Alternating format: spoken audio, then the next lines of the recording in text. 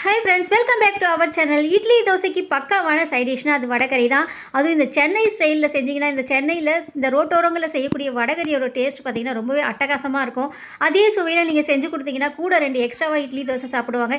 இன்றைக்கி நம்ம அதே ப்ரிப்பரேஷனில் தான் ஃப்ரெண்ட்ஸ் செய்ய போகிறோம். ஸோ இந்த ப்ரிப்பரேஷனில் நீங்கள் செஞ்சிங்கன்னா கண்டிப்பாக அதே டேஸ்ட்டில் இருந்தது அப்படின்றது நீங்களே கமெண்ட்டில் சொல்லுவீங்க. இப்போ நம்ம கடலைப்பருப்பு 1/4 கிலோவுக்கு கொஞ்சம் எக்ஸ்ட்ராவாக இருக்கும். அதை வாஷ் பண்ணி நம்ம ஊற வச்சுருக்கோம். மேக்ஸிமம் ஒரு 2 or 3 hours நல்லா ஊற வச்சுக்கோங்க. இப்போ நம்ம ஒரு 3 hours நல்லா ஊற வச்சுட்டோம். ஊறினதுக்கப்புறம் மிக்ஸி ஜாரில் சேர்த்துக்கோங்க. கடலைப்பருப்பு நீங்கள் ரொம்ப நைஸாகவும் அரைக்கக்கூடாது, ரொம்ப கொரகொரப்பாகவும் இருக்கக்கூடாது, தண்ணி அதிகமான அளவு சேர்க்கக்கூடாது. இந்த கடலைப்பருப்பு நம்ம வடைக்கெல்லாம் மாவு அரைப்போம் இல்லைங்களா, அந்த பதத்துக்கு நீங்கள் அரைச்சி எடுத்துக்கணும்.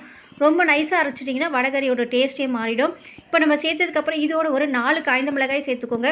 தேவையான கல்லுப்பு, இந்த பருப்புக்கு தேவையான கல்லுப்பு சேர்த்துக்கலாம். ஒரு 1/4 ஸ்பூன் அளவுக்கு இருக்கும் கல்லுப்பு சேர்த்துக்கோங்க. சேர்த்து வந்து கொரகொரப்பான பதத்தில் அரைச்சி எடுத்துக்கோங்க. ஸோ நம்ம செய்யக்கூடிய சைட் டிஷ் பக்காவாக இருந்துச்சுன்னா கண்டிப்பாக எக்ஸ்ட்ராவாக 2 இட்லி தோசை சாப்பிடுவாங்க. இப்போ நீங்கள் இந்த ப்ரிப்பரேஷனில் செஞ்சு கொடுங்க ஃப்ரெண்ட்ஸ், கண்டிப்பாக டவுட்டே வேணாம், கண்டிப்பாக எக்ஸ்ட்ராவாக சாப்பிடுவாங்க. இப்போ பாருங்கள், இந்த அளவுக்கு தான் கொரகொரப்பான பதத்தில் அரைச்சி எடுத்துகிட்டு வரணும். இப்போ நம்ம ஒரு இட்லி பாத்திரம் எடுத்துக்கலாம்.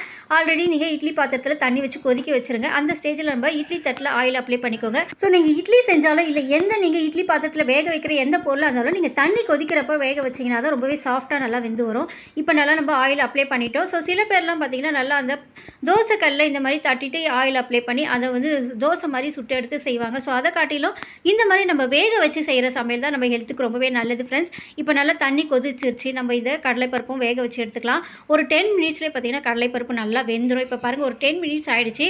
நீங்கள் வெந்துச்சான்னு பார்க்குறதுக்கு இந்த மாதிரி ஒரு கத்தியில் ஒரு குச்சியோ நீங்கள் டூத் பிக் ஸ்டிக்கோ வச்சு நீங்கள் இந்த மாதிரி குத்தி பார்த்தீங்கன்னா அதில் பாருங்கள் அந்த மாவு மாதிரி ஒட்டவே ஒட்டாது. ஸோ இந்த ஸ்டேஜ் தான் கரெக்டானது. இப்போ ஸ்டவ் ஆன் பண்ணி ஒரு பாத்திரம் வச்சுக்கலாம். ஹீட் ஆனது ஒரு 5 ஸ்பூன் அளவுக்கு ஆயில் சேர்த்துக்கோங்க.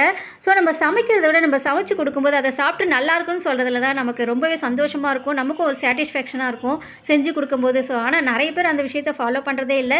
சாப்பிட்றதோடு சரி, அதை நல்லா இருக்குன்னு பாராட்டும் போது சமைக்கிறவங்களுக்கு எவ்வளோ ஒரு சந்தோஷம் அப்படின்றது நிறைய பேர் புரிஞ்சிக்கிறதே இல்லை. ஸோ இனிமேல் அதாச்சும் இந்த விஷயத்தை செய்யுங்க. சாப்பிட்டுட்டு நல்லா இருக்குன்ற அந்த ஒரு வார்த்தையே சொல்லுங்கள். இப்போ ஆயில் சேர்த்துட்டோம். ஆயில் ஹீட் ஆனதுக்கப்புறம் 2 துண்டு பட்டை, பிரியாணி இலை 2, கொஞ்சமாக சோம்பு, 4 கிராம்பு சேர்த்துக்கோங்க. இது சேர்த்ததுக்கப்புறம் ரொம்ப நேரம் பொரிய விடாதீங்க. ஹீட் ஆனதுக்கப்புறம் சேர்த்து நல்லா பொரிஞ்சதுக்கப்புறம் நீங்கள் பச்சை மிளகாய் நீளமாக கட் பண்ணி வச்சுருந்த பச்சை மிளகாய் ஒரு 4, நீளமாக கட் பண்ணி வச்சுருந்த வெங்காயம் பெரிய சைஸில் ஒரு 4 வெங்காயம் அதையும் சேர்த்துக்கோங்க. வெங்காயம் நல்லா பொன்னிறமாக வதங்கணும். ஸோ நிறைய பேர் வீடியோ பார்க்குறீங்க ஃப்ரெண்ட்ஸ், பிடிச்சிருந்தா மறக்காமல் லைக் பண்ணி சப்போர்ட் பண்ணுங்கள். நம்ம சேனலையும் மறக்காமல் சப்ஸ்கிரைப் பண்ணிக்கோங்க.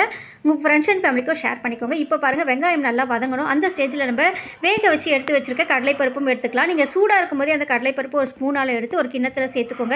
ஸோ இந்த மாதிரி நீங்கள் ஹீட்டாக இருக்கும்போதே நீங்கள் ஒரு கரண்டியை வச்சு லைட்டாக அழுத்தி கொடுத்தீங்கன்னா போதும். நல்லா வந்து அது தூளாயிடும். கஷ்டப்பட வேண்டிய ஆறிடுச்சுன்னா பார்த்தீங்கன்னா கொஞ்சம் கஷ்டமாக இருக்கும். ஹீட்டாக இருக்கும்போதே இந்த ப்ராசஸை பண்ணிவிடுங்க. இப்போ பாருங்கள் ஃப்ரெண்ட்ஸ், எல்லாம் சேர்த்துட்டோம். ஒரு கரண்டியை வச்சு இந்த மாதிரி நீங்கள் லைட்டாக அழுத்தி கொடுத்தீங்கன்னாவே போதும் ஃப்ரெண்ட்ஸ். அவ்வளோதான், நல்லா வந்து பக்காவாக ரெடி ஆகிடும். ஸோ அவ்வளோதான் ஃப்ரெண்ட்ஸ், இதுதான் வந்து கரெக்டான பக்குவம். பாருங்கள், பார்க்கும்போதே நல்லா இந்த தூளாக இருக்குது பாருங்கள். ரொம்ப நீங்கள் நைஸாக அரைக்கக்கூடாது. இந்த அளவுக்கு கொரகொரப்பாக அரைச்சிங்கன்னா தான் வடகரியோட டேஸ்ட் வந்து நமக்கு பக்காவாக கிடைக்கும். ஸோ அவ்வளோதான் ஃப்ரெண்ட்ஸ். இப்போ சேர்த்து அந்த வெங்காயமும் பாருங்கள் நல்லா பொன்னிறமாக வதங்கிடுச்சு. இந்த ஸ்டேஜில் ஒரு 2 ஸ்பூன் அளவுக்கு இஞ்சி பூண்டு பேஸ்ட் சேர்த்து நல்லா கலந்து விட்டுக்கோங்க. எப்போவுமே வந்து இஞ்சி பூண்டு பேஸ்ட் சேர்த்ததுக்கப்புறம் கைவிடாமல் கலந்து விட்டுக்கிட்டே இருங்க, இல்லைனா அடி பிடிக்க ஆரம்பிச்சிடும். இப்போ இது நல்லா வதங்கிடுச்சு பாருங்கள் ஃப்ரெண்ட்ஸ். அவ்வளோதான், நல்லா வந்து வெங்காயம் வந்து ப்ரௌனாக வதங்கிடுச்சு. இப்போ நம்ம கட் பண்ணி வச்சுருந்து தக்காளி ஒரு 3 தக்காளி போல் கட் பண்ணி எடுத்துருக்கோம். அதையும் இதோடு சேர்த்துக்கோங்க. தக்காளி சேர்த்ததுக்கப்புறம் எப்போவுமே நீங்கள் கூடவே வந்து கல்லுப்பு ஆட் பண்ணிங்கன்னா கல்லுப்பு சேர்த்துக்கோங்க. சமையலுக்கு அதுதான் நல்லது. சேர்த்திங்கன்னா தக்காளி வந்து சீக்கிரத்திலே வதங்கிடும். இப்போ நல்லா கலந்து விட்டுக்கலாம். இப்போ பாருங்கள் ஃப்ரெண்ட்ஸ், தக்காளியும் நல்லா வதங்கிடுச்சு. இப்போ தக்காளி நல்லா வதங்கினதுக்கப்புறம் ஒரு கைப்பிடி அளவுக்கு மல்லி இலைகளும் ஒரு கைப்பிடி அளவுக்கு புதினா இலைகளும் சேர்த்துக்கோங்க. ஸோ இந்த புதினா இலைகளை சேர்க்கறது தான் பார்த்தீங்கன்னா ஃப்ரெண்ட்ஸ் அதோட ஃப்ளேவருக்கே ரொம்பவே ஹைலைட்டாக இருக்கும் இந்த வடகரிக்கு. இப்போ பாருங்கள், ஒரு கைப்பிடி அளவுக்கு புதினா இலைகளும் மல்லி இலைகளும் சேர்த்துக்கலாம். சேர்த்து நல்லா வதக்கி விட்டுக்கோங்க. ஒரு நிமிஷம் நல்லா கலந்து விட்டுக்கோங்க. இப்போ பாருங்கள் ஃப்ரெண்ட்ஸ், நல்லா வதங்கிடுச்சு. ஸோ இந்த ஸ்டேஜில் நல்லா வதங்கினதுக்கப்புறம் நம்ம இதுக்கு தேவையான மசாலா ஐட்டம் சேர்த்துடலாம். ஒரு 1/4 ஸ்பூன் அளவுக்கு தனி மிளகாய் தூள் சேர்த்துக்கோங்க. குழம்பு மிளகாய் தூள் ஒரு 2 ஸ்பூன் அளவுக்கு ஆட் பண்ணிக்கோங்க. ஆல்ரெடி நம்ம பச்சை மிளகாய் சேர்த்துருக்கோம், ஒரு 4 பச்சை மிளகாய். அதுக்கேற்ற மாதிரி நீங்கள் பார்த்து சேர்த்துக்கோங்க. இது நம்ம வீட்டிலே ப்ரிப்பேர் பண்ண குழம்பு மிளகாய் தூள். நீங்கள் ப்ரிப்பேர் பண்ணுறது எவ்வளோ காரம் இருக்குமோ அதுக்கேற்ற மாதிரி நீங்கள் பார்த்து சேர்த்துக்கோங்க. நான் ப்ரிப்பேர் பண்ணுறது கொஞ்சம் காரம் கம்மியாக இருக்குன்றதுனால 2 ஸ்பூன் அளவுக்கு ஆட் பண்ணுறேன். சேர்த்து நல்லா கலந்து விட்டுக்கோங்க.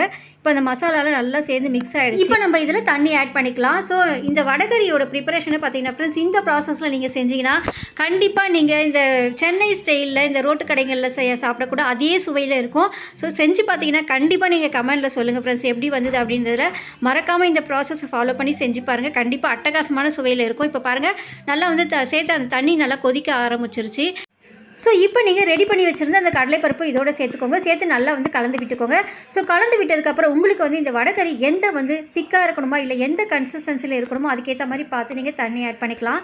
இப்போ சேர்த்ததுக்கப்புறம் நல்லா பாருங்கள். உங்களுக்கு வேணும்னா இதே திக்னஸ் போதும்னா நீங்கள் அப்படியே விட்டுடலாம். இல்லை தண்ணியாக வேணும் அப்படின்னு நினைக்கிறோம் கொஞ்சம் தண்ணி ஆட் பண்ணிக்கலாம். ஸோ எனக்கு ரொம்பவே வந்து திக்காக இருந்தது அப்படின்றதுனால கொஞ்சமாக தண்ணி ஆட் பண்ணியிருக்கேன். இப்போ தண்ணி சேர்த்து நல்லா வந்து கொதிக்க விட்டுக்கோங்க. ஆல்ரெடி நம்ம சேர்த்த மசாலா எல்லாமே கடலைப்பருப்பு எல்லாமே வெந்துருச்சு. நீங்கள் ரொம்ப நேரம் வந்து ஸ்டவ்வில் வைக்க வேண்டியதில்லை. ஒரு 2 or 3 மினிட்ஸ் வச்சிங்கன்னா போதும். இப்போ மல்லி இலைகளை தூவி நல்லா கலந்து விட்டுக்கோங்க ஒரு நிமிஷம். அந்த கடலைப்பருப்போடு அந்த மசாலா வந்து மிக்ஸ் ஆனாவே போதும் ஃப்ரெண்ட்ஸ். அவ்வளோதான். பாருங்கள் பார்க்கவே எவ்வளோ அட்டகாசமாக இருக்குது.